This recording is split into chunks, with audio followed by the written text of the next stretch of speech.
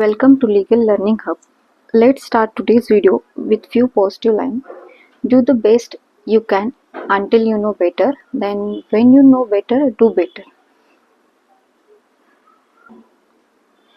ज्ञान वाढत जाईल तशी कृतीही अधिक चांगली होत गेली पाहिजे.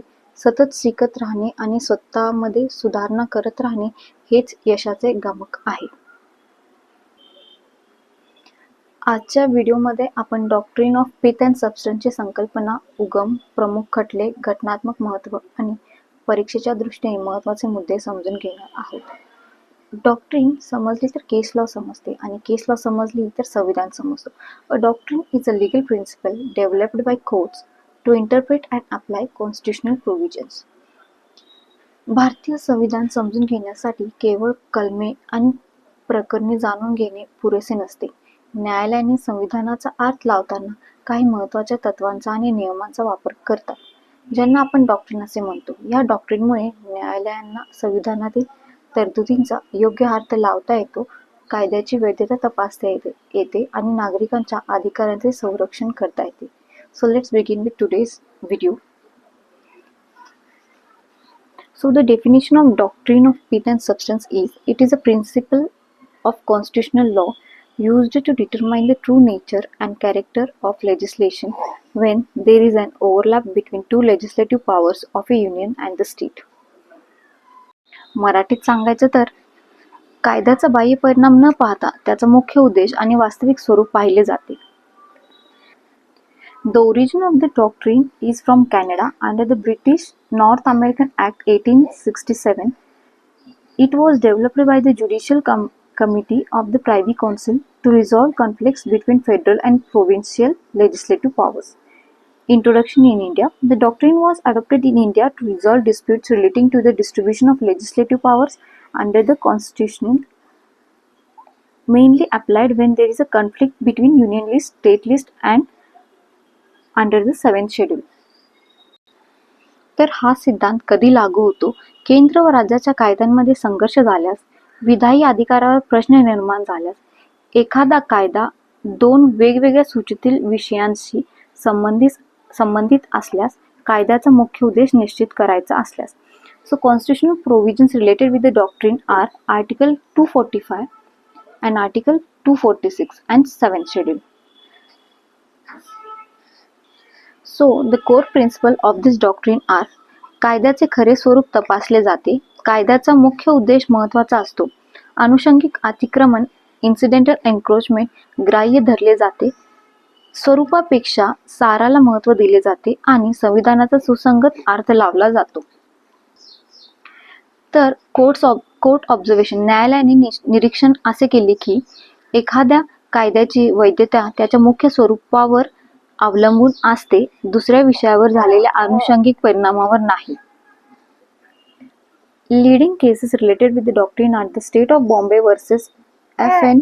Balsara, Union of India versus H.N. Dhillon. The importance of the doctrine are, केंद्र आणि राज्यातील अधिकारांचे संतुलन राखते. कायदे सहजपणे अवैध ठरवण्यापासून वाचवते. संघराज्य व्यवस्थेला बळकटी देते.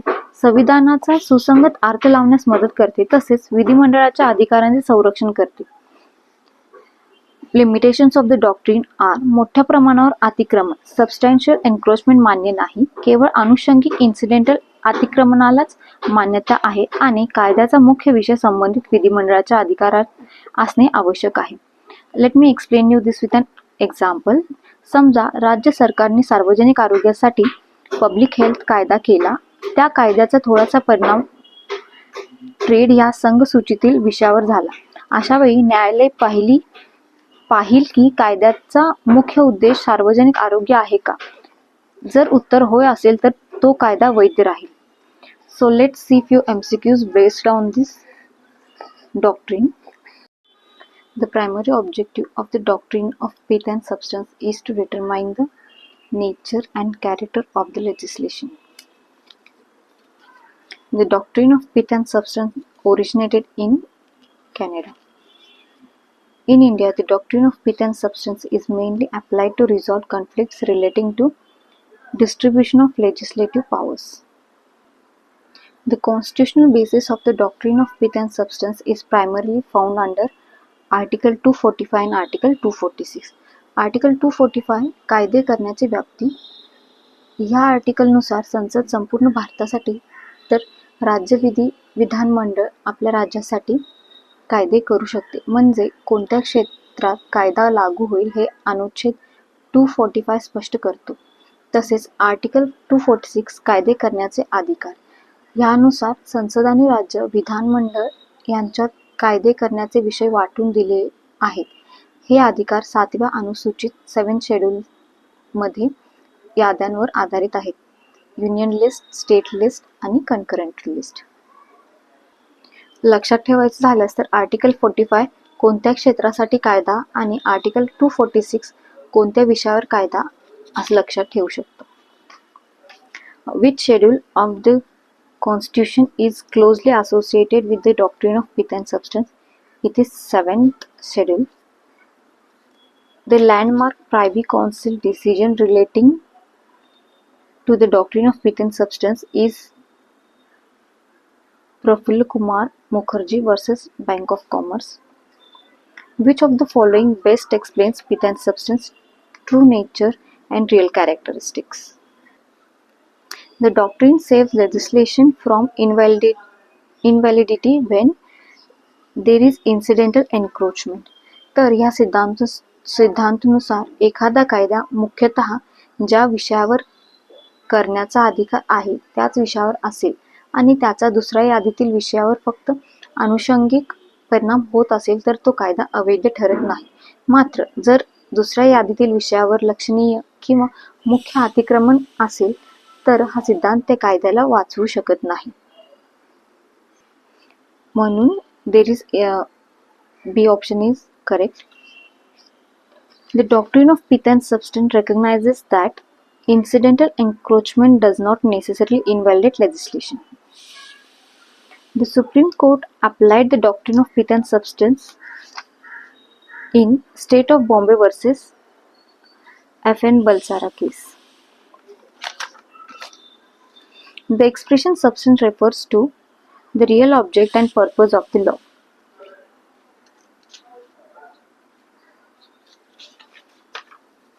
Which of the following is not feature of doctrine of pith and substance?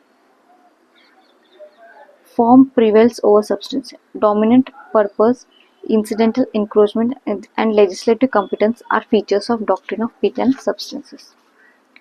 The doctrine primarily protects legislative competence. Which of the following statements are correct? 1 and 3. The doctrine examines the dominant purpose of legislation and it helps maintain federal balance. या सिद्धांतानुसार न्यायालय कायद्याचा मुख्य उद्देश किंवा खरा विषय काय आहे हे तपासते म्हणून हे विधान योग्य आहे. तसेच हा सिद्धांत केंद्र आणि राज्य यांच्यातील कायदे करण्याच्या अधिकारांचा समतोल राखण्यास मदत करतो. त्यामुळे हे विधान सुद्धा बरोबर आहे. The doctrine of pith and substance is mostly closely associated with federalism. Which doctrine is often contrasted with the doctrine of pith and substance because it deals with legislative fraud, that is the doctrine of colorable legislative. Assertion and reason. The doctrine of pith and substance examines the true character of legislation, and reason is the incidental encroachment on another legislative field does not necessarily invalidate a law. So the both sentences are true and R is the correct explanation of A. So in short, I will tell you the importance of doctrine pith and substance in federalism. The doctrine protects federal structure by respecting the legislative powers of both parliament and state legislatures, plus it avoiding rigid interpretation of legislative lists, it allowing practical governance where some overlap is inevitable. तर एका ओळीत सांगायचं तर doctrine of pith and substance म्हणजे कायद्याचे खरे स्वरूप आणि मुख्य उद्देश तपासून त्याची घटनात्मक वैधता निश्चित करण्याचा सिद्धांत. थँक्यू.